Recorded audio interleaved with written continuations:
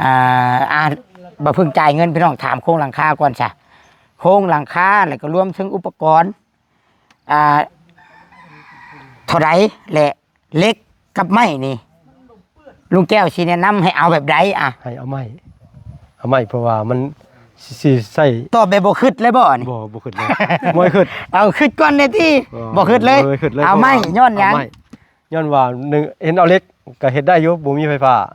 อาศัยตะเวนเพิ่นว่าอย่ามาใกล้ๆคำละนี่อันนี้เป็นเงินจากแม่อยู่ประเทศสวิตเซอร์แลนด์เด้อพี่น้องเด้อจากประเทศสวิตเซอร์แลนด์ถึงเสากับแม่นเพิ่นแล้วก็ตั้งเสาเทคานกับแม่นเพิ่นอีกรวมเบิด 18,000รวมอีกกาย 18,000นะทั้งชื่อนะอยู่ในกินพร้อมเด้น้ำมูกน้ำมันอีกโต๊ะอีกโต๊ะดินอีกโต๊ะดินอีกกาของเพิ่นอีก2.5 ล้านคือหวังแล้วตอนแต่มันโดนเลยเนาะแต่ข่อยยังไม่ได้คำละตั้งใจได้หำเด้อสู้ๆเด้อ2 ล้านน้ำเอฟเฟกต์1 2 3 4 5 6 7 8 9,000 บาทจบงานนี่คำลามอบให้ลุงแก้วเดี๋ยวให้เขาลาเอาขอบใจลุงแก้วน้ำขอบใจให้สาธุรับจะได้กินมื้อนั้นตื่นจะได้กินแสนเบ็ดมื้อมาได้คำนี้แก้วเด้ออยู่มันก็ยังเป็นต่อไปสาธุนี่ก็จิบได้กับไก่มีเด้อนะรับจะได้กินมื้อนั้นตื่นจะได้กินแสนเบ็ดมื้อมาได้คำนี้แก้วเด้ออยู่มันก็ยังเป็นต่อไปซะเอาผ้ามาบัดนี้พี่น้องเอาหนวดออกก่อนให้ลุงเฉิดอันเราคมให้ครู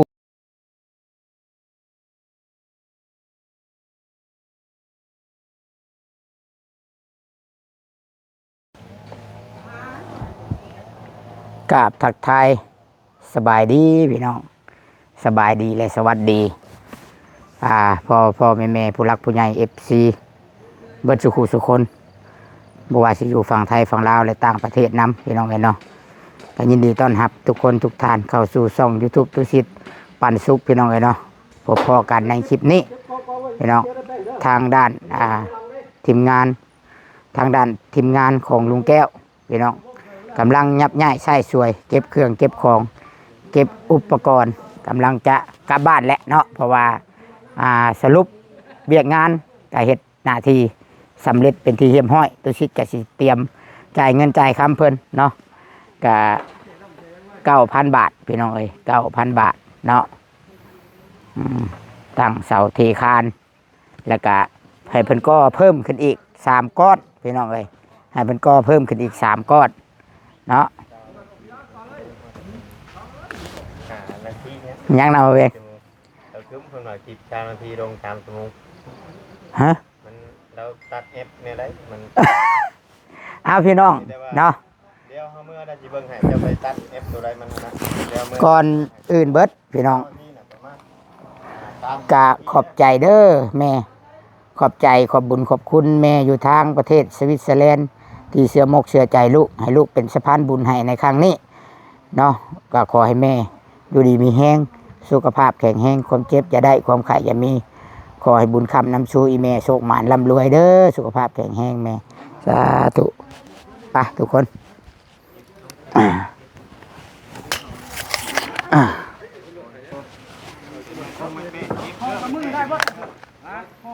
ไอ้เป็นเก็บกระเดียงไว้ทางพุทธพอมันยังที่ได้ใต้แล้วได้บ่ห้องมือได้บ่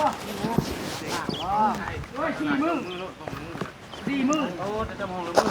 ที่เพิ่นหลังนี่เนาะอันนี้คอยแล้วคือว่านั่นท่านคอยเอาเข้ากันใช้สิห้องใช้มื้อสำหรับบ่เสื้อยังว่าอยู่คอยสิต่อให้ครับคอยเฮ็ดบ่ได้2 มื้อต่ออย่าพึ่งว่าวนะให้คอย500,000คอยสิให้ล้าน5เฮ็ดทำเฮ็ดได้สิดอก4 ห้องนี่ได้4 ห้องใน2 มื้อได้พี่น้องสูงได้บ่นี่สูงสูงหลายเพื่อคานอีกบักใหญ่นึงเอามือละห้องแล้วสมุดได้นี่สมุดบ่ไปนะเร็วฮะเร็วมือละห้องเต็มที่แล้วสำเร็จเสร็จสิ้นพี่น้องเอ้ยเนาะที่จะได้อยู่ห้องอยู่งานตัวนี้เลิกได้ตัวนี้สำเร็จเสร็จสิ้น ตัวนี้สิลายเติบ ว่าปืนเต็มที่แล้วอันนั้นน่ะ เจ้านี่แหละ จำนี่แหละจังว่าคอยได้ทดสอบมาแล้วต้องเป็นรถคอยเอาเข้า นั่นก็มีอยู่ว่า คอยเฮ็ดมาแล้วก็ว่านี่ก็คอยจะสามารถคอยเฮ็ดมาแล้ว เถียงกันยังอันนี้เถียงกันยัง เดี๋ยวเอาดินเขา เออ เอามือละหอง ใช่บ่ ดินชาย ดีใจชวนง่ายเนาะ ชายของเราโอ้เต็มได้ มันแรงขึ้นสูง มันแรงกันจุด เล่นกับเพียงนี่ต้องเป็นกับเพียงอันนี้ก็โอเค บ่ เลย เขาแรงขึ้นเหรอที่ แม่นหยัง แรงขึ้นไปทีฮะ มันบ่ได้เล่นอันนี้ยังว่าอยู่นี่ กระนั้นกระแมนอันนี้ไม่ได้เล่นอันนี้นะ สาธิต ต้องสอนบอกคำลาพี่ผู้จะเอา เอ เข้า อไม่ได้เล่นไกลบันไดนี่นะอันนี้ยังว่าตัดโยนเขาเลยแม่ก็เล่าแหละ อันนี้ก็ปล่อยปลารู้เลย สองคนผู้นั้นอยู่ห้องนั้นต่อไปห้องนั้นเต็มห้องนี่เต็มห้องนั้นนู่นง่ายๆนะแม่งคมเล่า บ่ได้กองมึง ปรีมือนึงบาทเอาครับประกันเอาไถได้แหละแกมันช้านะมันช้าดินมันอยู่เจ้าจิแกมันเห็นยังเอามันได้จะทอดนะหันคันเอาดูหันลายโอ้ดูหันมันพอเบิดมันพอเบิดดินอันนี้ฮะว้ายของบ่ทันได้สิทธิ์ว่าก่อนดินนี่มันบ่ได้น้อยๆมันแจ๊บ มันบ่ได้หน่อยได้พี่ต้องไล่ระดับซ้ำผีบ่ มันแม่นเบิดนี่เอาแม่นเบิดเอาขึ้นจนเบิ ด้ว ด นชวนไปโดนนะ ขึ้นจนเบิด แถวบอกง่ายๆว่า เหยียบขึ้นเบิดนี่อยู่ไทย บอกง่ายๆว่าแถวอะไรมันใกล้นะมันสะดวกนะแม่นให้เอาเข้ารถ หอบนี่เขาอยู่ แต่มันกูนเนี่ยมาแล้วนะตกเลขเนี่ยเพิ่นสิจัดการให้ไหมบอกแค่ว่าให้มันแล้วตัวนี้ บ่พึ่งเว้าให้เอาคือข่อยเว้าแหละขึ้นอยู่กับ ทำละคือว่า กับบุคคลน่ะสิเฮ็ดได้ซำใดบ่เวียง จักยังมันเรียกเพิ่นนั่นน่ะจะไปเว้าเรื่องเพิ่นให้เว้าเรื่องเจ้าเอาเขาดินเข้านี่ อืม เจ้าจะไปทานของหมู่ ให้เจ้าได้เรียกเจ้า คอยว่าให้เรียกเจ้าคอยบ่ให้เว้าเรื่องของคนอื่น ให้เจ้าได้เรียกเจ้านี่ ครับ เนาะ คอยนี่ หน้าที่เนาะ ค่อย เต็มได้มึง จะถามของคนอื่น แต่เป็นแล้วอ่ะ ข่อยว่าง่ายๆเด้อข่อยน่ะแค่นี้มันแดดนะข่อยเอารถมาปรั๊บหน้าดินให้เจ้ามือใดก็ได้ให้คำลานี่ขึ้นอยู่กับว่าคำลาน่ะคำลาก็บ่แม่นว่าสิอิงใช้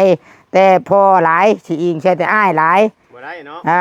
ต้องตื่นเลิกดึกตื่นเลิกลุกเช้ามันเป็นของเจ้า กลัวหมู เจ้าต้องบึกบืนเจ้าต้องสู้เอา หนวดไปแท้บอก นวดตัดผมนวดนะอ้ายก็เอาเงินให้แล้วก็ไปแหละ ผมก็ให้ตัด อย่าเฮ็ดชึกหลาย ยืนอยู่นี่คนละข้างเขาคือข้างเดียวนี่ยืนทางนั้นเขา ตัดรถผมกับหนวดนั่นโอ้ย จงไว้ยังอะน่ะ เขาปึ๊ดเขา ไปตัดรถมื้อนี้ตอนแรงน่ะ เพิ่นครับตู้ซิดมาเบิ่งโอ้ยเรือนบ่าวกำหลานมันนั่นเพิ่นเวียกเพิ่นนั่นเจ้าสิไปเว้าเรื่องนั้นเพิ่นเอาเพิ่นนั่นน่ะ คอยว่าว่าซื้อสมุด ให้เอาแต่เฉพาะเอาดินเขา อาทิตย์ละห้องคอยว่า4อาทิตย์เดือนหนึงพอดี ว้า อันนี้ลุงแก้วแล้วไล่ว่าเพิ่นผู้เดียวเอาเข้าผู้เดียวอะนะทำผู้เดียวนะคือว่าแหละสิเฮิงเติบอยู่ได้ ก็เป็นแล้วเฮ้ยแบบนี้แบบได้จังให้ไอ้ขึ้นนี่ยังช่วยนี่แหละคือเอามอบเงินให้นะใช้ยามจะเป็นไปได้แบบนี้แหละนี่บ่แม่นว่าแต่สิให้ชุมอ้ายนะให้จ้างคนเอาเข้าซอยโตเงินตัวมีเต็งบ่มให้โตก็ไปจ้างคนซอยโตยากไปชัง 114มื้อซะ อ่า เอาล่ะสมุดเจ้าผู้เดียวไปแล้ว เราเก็บไว้แล้วจ้า ก่อนเนาะ ช่วยเอา แล้วก่อนเนาะหักว่าเอา14เนาะโอเคกันหน้า14 คือแบบนี้ไอ้ขึ้นนี่เราอยู่ใกล้ก็บ่แม่นว่าให้เราช่วยละให้เราเงินคำชุมอ้ายก็มอบให้อยู่ ให้ได้เอาไปบ่แม่นได้สมุดนอกจากคือสร้างเมื่อแล้วล่ะบุญชนเลยมาอาทิตย์นึงก็ยังบ่มีดินอยู่นี่โอ้ย ก็เฮ็ดบ่ได้เจ้าแล้วสั่ง ชุมเฮาก็บ่แม่นว่าสิมาคุมื้อเด้แต่ว่ามันบ่มีเวียกเฮาก็บ่ได้เข้ามาคุมื้อ แม่น เฮาต้องมีทางไปอีก ต้องกันเฮ็ดแล้วพวกสร้างนี่ถือว่าเทคานแล้วก็หมดเนาะ ใหญ่เด้ใหญ่เด้ลูกก็ได้ คันว่าพร้อม อยากได้ก็เฮ็ดเอาบ่อยากได้ก็เฮ็ดเอา แม่ เลือกเอามันสองอย่างเท่านั้น มี2อย่าง ให้ข่อยมาชวนช่วยมันบ่แม่นหน้าที่ข่อยให้ช่างมาชวนช่วยก็บ่แม่นหน้าที่ช่างหัวคิดมีคิดเอาเฮ็ดได้มันสิได้ไว มีแต่ขุดเอารอดหลอกแค่มือนี่ขุดเขารอด คุดจนหอมเหมาะบ้านแล้วคุดเอาเลย รถยืมไป ยานั่นเด้ขอเนี่ยก็เอาปุ๊ อย่างรถ พอมีแล้วแหละพี่น้องเอ้ยงบที่คะแนนมันแห้งนะงบสิปรับหน้าดินเอารถแท็กเตอร์มาดุดมาอันนั้นน่ะพอมีอยู่เพิ่นก็อยากเบิ่งเท่าคำลาหั่นแหละไปนํช่วงนี้น่ะ พยายามขุดเอาโพนนี่ก่อน เว้าง่ายๆซะเนาะเพราะว่าเวียกเรากะผู้ใหญ่ก็บ่ได้ให้เฮ็ดหยังได้นอกจากเอาลูกกับอนามัยเนี่ยเดินเฮือนเดินชานนี่เด้ เจ้าต้องตอกล้างเอาไม้สิเป็ดตอกแล้วก็เอาแป้นปูตีเป็นคำเป็นคำแล้วเตะปูอยู่ขึ้นบ่ยัง ซ่าดอกซ่าเอาแบบคอยเท้าเว้านี่นะมันซ่านะมันซ่าเพื่อสิคุดใช้แล้วเลยยู่ขึ้นอันนี้วะ บ่เมื่อย ได้ทีสมมุตินั้นได้โลนึงคอยได้คน3แล้วอันผู้ชิดนี่ก็มันบ่ได้คุดทับต่อโลล้างไปเขามันบ่ได้ไก่ เห็นสั่งแป้นนี่ห้อยเนาะ เฮ็ดมาแล้ว3 เดือนบ่ไป บ่ได้ไก่ แต่ไปเฮ็ดอยู่ได้3 เดือน โรงงานดินอยู่ โรงงานนี้ ฮะ ชูนได้ มันก็ มันก็มีแต่อุปสรรค เรือนเจ้าเฮ็ด อุปสรรคช่วงนี้แหละพี่น้อง เคิงเติบ ช่วงที่ว่าเฮาก็ ไงได้ เฮาอันนี้แล้วแหละ ปิดผ้าบ่ ดินมันบ่อันนั้นพี่น้อง ตามมือ แม่ตายแล้ว จำโดนเลยตามมือ ใส่เวลาแล่นทุกคนเลยแหละ นี่อันห้องละมื้อนี่ก็สิมื้อนู้นแล้วเพิ่นเอานี่แหละ แบบนั้นเนาะ ดูมันเป็นแล้วนั่นแหละแต่มันเป็นดินทราย ปัญญาพลจำเจ้าคนตกไปนี่เปียก ก็สิมื้อก็แฮงโอเคเลยเขาก็ดีใจนํแล้วเว้า เดือนน่ะ 4มื้อ ตีมือบ่ หลัก4มื้อลดลงมาจาก4มื้อเอา4มื้อ เอาที ตีมือแล้ว เอา บ่ 4มื้อบาทนี่ มื้อได้สิตัดผมกับตัดหนวดน่ะเว้าให้ FC ได้ยินดูฮะ FC ได้ท่วงข่อยๆน่ะบ่ได้ชนดอกพี่น้องไอ้เนาะ แล้วจงไปจงมันโลก คำลาอยากจงฮอดก้นก็บ่ได้ว่าดอก FC พ่อๆแม่ๆพุ่นแหละเพิ่นถามผู้เพิ่นเอาเงินเอาคำให้โตเพิ่นบ่อยากให้เฮ็ดโตเฮ็ดคือโจรเฮ็ดปึกชึกปักชักแท้ก็แท้ตัดก็ตัด โอ้ยเอาเบียกสมุนก็เฮาก็เฮ็ดนะนี่มาซอยนี่ ช่วยแล้ว เราขอจม มื้อใดสิตัดถามนะ ไปกบไม้อยู่เลย แม่น ฮะ ไม้อยู่บ้านเราบ่ได้ มื้ออื่นเด้อพี่น้องอ่า ให้ยาวนี่เอามาลัดเอาอยู่ครัวอยู่แล้ว ปุ๊บ มาลัดเอาไหน มันลำบาก ยางไอ้เปียก ไปมาลัด รถเอาไปมีแหละ ค่อยเจ้าสิมาค่อยไปฮอดบ้านแล้ว เกียมแล้วว่าพากันเก็บอุปกรณ์เรียบร้อยบ่ อันนี้มัน ชุเจ้าเอารถไถมา2คันบ่มื้อนี้ คันเดียว คันเดียวตัวนั้นของไผซะ คันโพเซอร์ อ่ะ เกือบแล้วได้ห้องนึงต่อมือ น้องสละหาในบ้านหนึงไปเบิ่งกล้องให้อ้ายแจ้งอยู่บ่เดี๋ยวสิมอบเงินเลยได้นี่มอบให้ทางลุงแก้วเลยญาติเราอยากเมื่อเอาพับขึ้นก็ได้ว่าเจ้าสิจับให้หรือว่าตั้งก็ได้แล้วแต่เจ้าเบิ่ง บ่ค่อยติดเนาะ มันแข็งพร้อมอ่ะนะมันเพแห้งเอาอ่ะนะ ยำนี่พอดีได้เนาะ ขุดชำขึ้นกะว่าชำใดก็ได้ชำนั้น อันนี้อยากได้สมัยเฮาคุดเอาซ้ำแต่เจ้าบ่ต้องใช้โล่นี่ มันก็ขุดง่ายยามนี่ดินอันนี้เนาะ ง่าย ว่าผู้หนึ่งยกคุดมานี่ผู้หนึ่งช่วยโต๊ะ2 คนเนาะโอ้ได้ บ่คันสิเอาตะโพนนี่แล้วผู้นึงอยู่ห้องนั้นผู้นี้เอาตะขาโพนเข้ามาห้องนี้ผู้อยู่ห้องนี้ให้ต่อไปห้องนั้นปล่อยมันเต็มพร้อมกัน เฮ็ดแบบพ่อประสงค์นี่ง่ายพ่อประสงค์ว่าวนี่ เอาส่วนใส่เลยเนาะ แม่น ๆการเราเห็นว่าเราเฮ็ดเดือนเรายังคดี เอาเฮาส่วนนี่มันเต็มแล้วก็ส่วนไปห่างห้องนั่นต่อ มันสิ หากแล้วแต่ความสามารถของผู้เอาเข้าว่าง่ายๆซะ สินอนขาขึ้นห่างอยู่กะเอาเข้าได้กะแต่ว่าแล้วแต่สมองเฮานะเฮ็ดอะไรก็ได้ มีความสามารถเอาเข้าแล้วเอาเขาเวียกมอมให้เด้อ ว่าแต่ให้มันเต็ม ว่าแต่ให้มันเต็มถือว่างบนี่มันมาชุดสำนี้ได้พี่น้องบัดนี้เดี๋ยวสิไปต่อจังใดถ่าเบิ่งต่อไปคำว่านังก็ติดตามตอนต่อไปบัดนี้พอดีตั้งเกเรขึ้นบัดนี้ลุงแก้วสิมอบเงินมอบคำให้ลุงแก้วได้บัดนี้พระเอกในงานนี้ ว่า พี่ คือ น้ เดียว อง ว่า นะ สิโคงราคาต่อ ว้า ว่าคนระวังว่าจะเด็ดโคงราคาต่อ เฮาว่า เนาะ หรือว่าบ่เกี่ยวกันบ่กับเอาดินเข้าคันเฮ็ดโครงต่อ บ่เกี่ยวเพราะว่ามัน คนละส่วนบ่ คนส่วนเขาอยู่แล้ว คนละส่วนกัน แม่นคนละส่วน คันว่ามีโครงหลังคาส่วนดินแห้งบ่แดดเนาะ ให้โมเดลให้ โอ้ เขาสบาย ความคิดดีได้นี่เนาะ หน่อย เอาโครงนี่ก็เอาในสรุปคลิปนี้เลยเป็นหยังถามโครงหลังคาเลยเนาะ ได้บ่เป็นหยัง บ่เพิ่งจ่ายเงินพี่น้องถามโครงหลังคาก่อนซะโครงหลังคาแล้วก็รวมถึงอุปกรณ์เท่าไรแหละเล็กกับไม้นี่ลุงแก้วสิแนะนำให้เอาแบบใด ให้เอาไม้เพราะว่ามัน สิใส่ ตอบแบบบ่คิดเลยบ่นี่ บ่ขึ้นเลยบ่ขึ้น เอาคิดก่อนเด้ติบ่คิดเลย บ่คิดเลย เอาไหม่ย้อนหยัง เาไม้ย้อนว่าหนึ่งเห็นเอาเล็กก็เฮ็ดได้อยู่บ่มีไฟฟ้าอาศัยจักรปั่นไฟก็มันใช้ได้แต่เล็กๆน้อยๆ จักน้อย จัก แฮงบ่ถึงมัน แฮงบ่ถึงบ่สิมาเชื่อมเล็กยั มัน ล็ก เชื่อมเบิดมือเนาะ แม่นยันจักรตายก่อนเพื่อนอีกบ่กล้าลิ้น บ่กล้าลิ้น แม่น แล้วก็อีกอย่างค่าใช้จ่ายมันนี่ จะเปลือง อยู่แล้วต้องหลายกว่าไหม แม่น เอาไหมลุงแก้วให้เอาไหม เอาไม้ดีกว่า สิประมาณเท่าไหร่ลุงเว้าคร่าวๆคร่าวๆก็ได้ ไม้เนี่ยบ่ บ่เพิ่งขูดครับเสียงเอฟเฟกต์บ่เพิ่งมา เอาไม้นี่ก็สิบ่หลายไม้คือประมาณเท่าไหร่สุดโครงไม้น่ะ ลุงแก้วไล่ให้อยู่นะ แม่ พี่น้องเมื่อนะเบิ่ง เออ เอาให้เพิ่นได้ยินน้ำกันเนาะคำลาพร้อมเด้อพังน้ำกัน เจ้าของเฮือน อืม เพื่อสิได้โมเมนต์ของง่ายได้คำลาเอ้ย ไล่นี่ก็ไม้คืนหนึ่งเล็กคืนหนึ่งไหล2คืน อะไรนี่บ่ แม่น เฉพาะอะไรได้อหาเนาะ เฉพาะอะไร ยังบ่ได้เฮ็ดหยังได้ ตะเด็ดยัง เด้อพี่ ต้อง น้อง ใช้เวลาเด้บ่ไหลก็คืนบัดก็เห็นบัดบ่มีเวลาอยู่ อ่า เพราะว่าไม่ก็มันนั่นเนาะ เอาเล็กเด้อเล็กนี่ลุงแก้วไล่นี่ เออ 49,000อันนี้เว้าเล็กสุพังพี่น้อง หน่อย 4 เล็กเนาะ 49,000เฉพาะเล็ก สบอเล็ก และก็เงินกีบอีก9 ล้าน7แสน7แสน12,000กีบ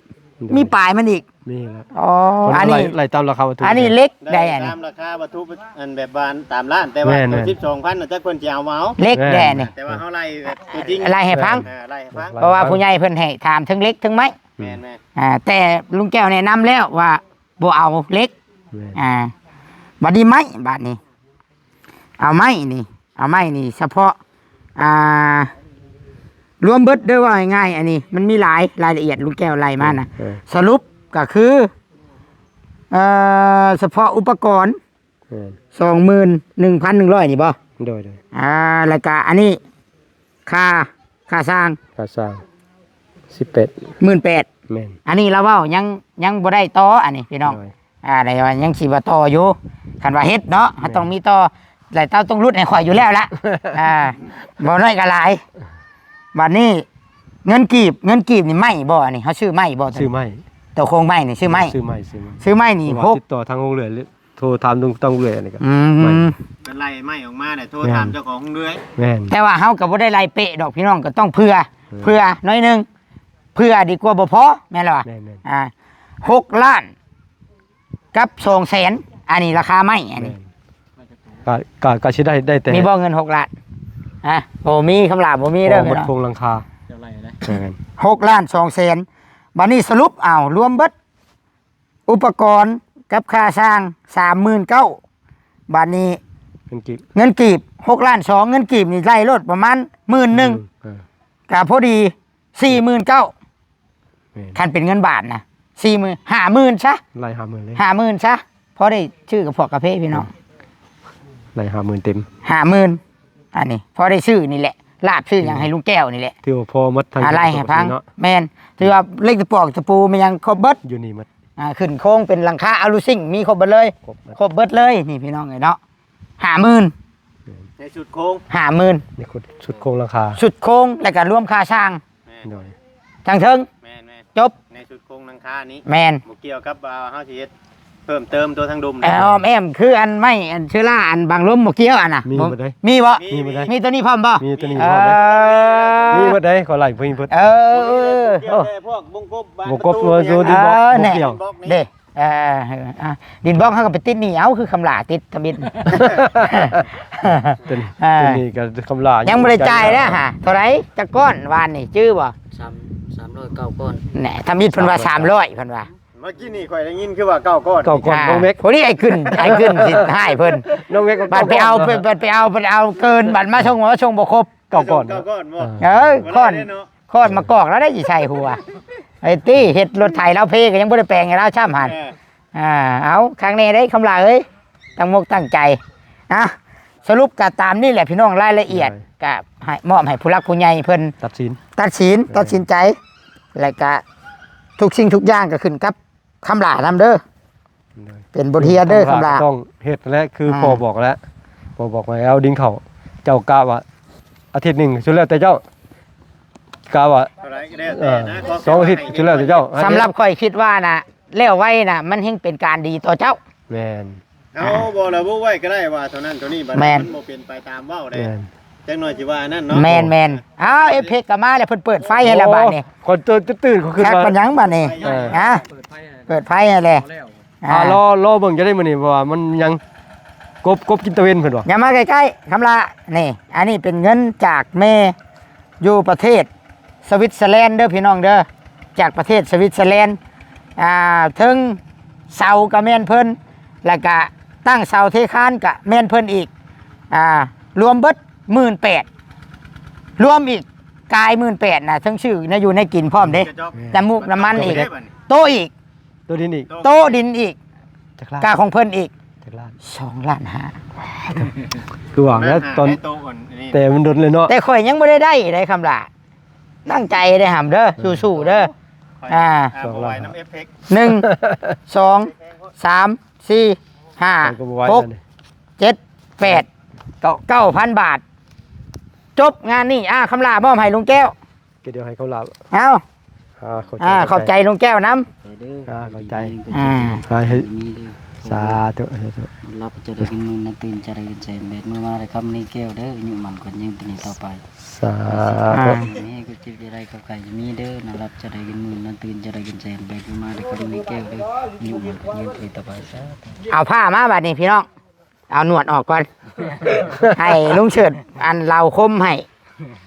ขูดออกตั้งมกตั้งใจได้เลยอย่าให้ผู้ใหญ่ผิดหวัง แม่น อย่าให้พวกอ้ายผิดหวังอย่าให้พ่อผิดหวัง ถ้าเจ้า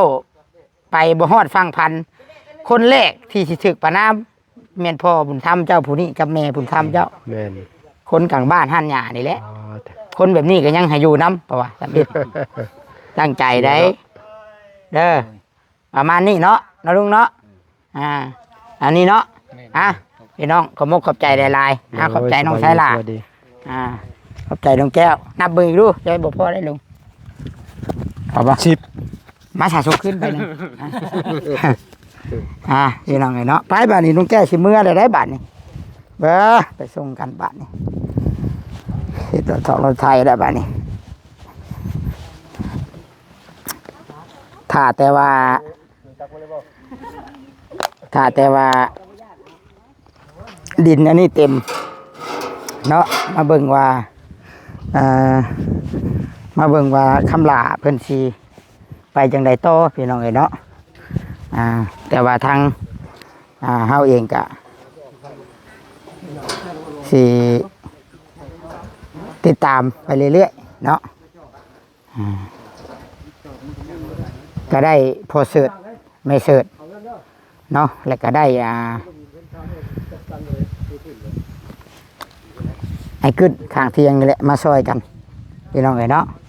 เอาสำหรับคลิปนี้ก็เบิ่งพี่น้องเอ๋ยเนาะโอเคพี่น้องเอ๋ยเนาะถือว่าสำเร็จเสร็จสิ้นเมื่อแล้วพากันลังเมื่อเลยรุดเมื่อแล้วบัดนี้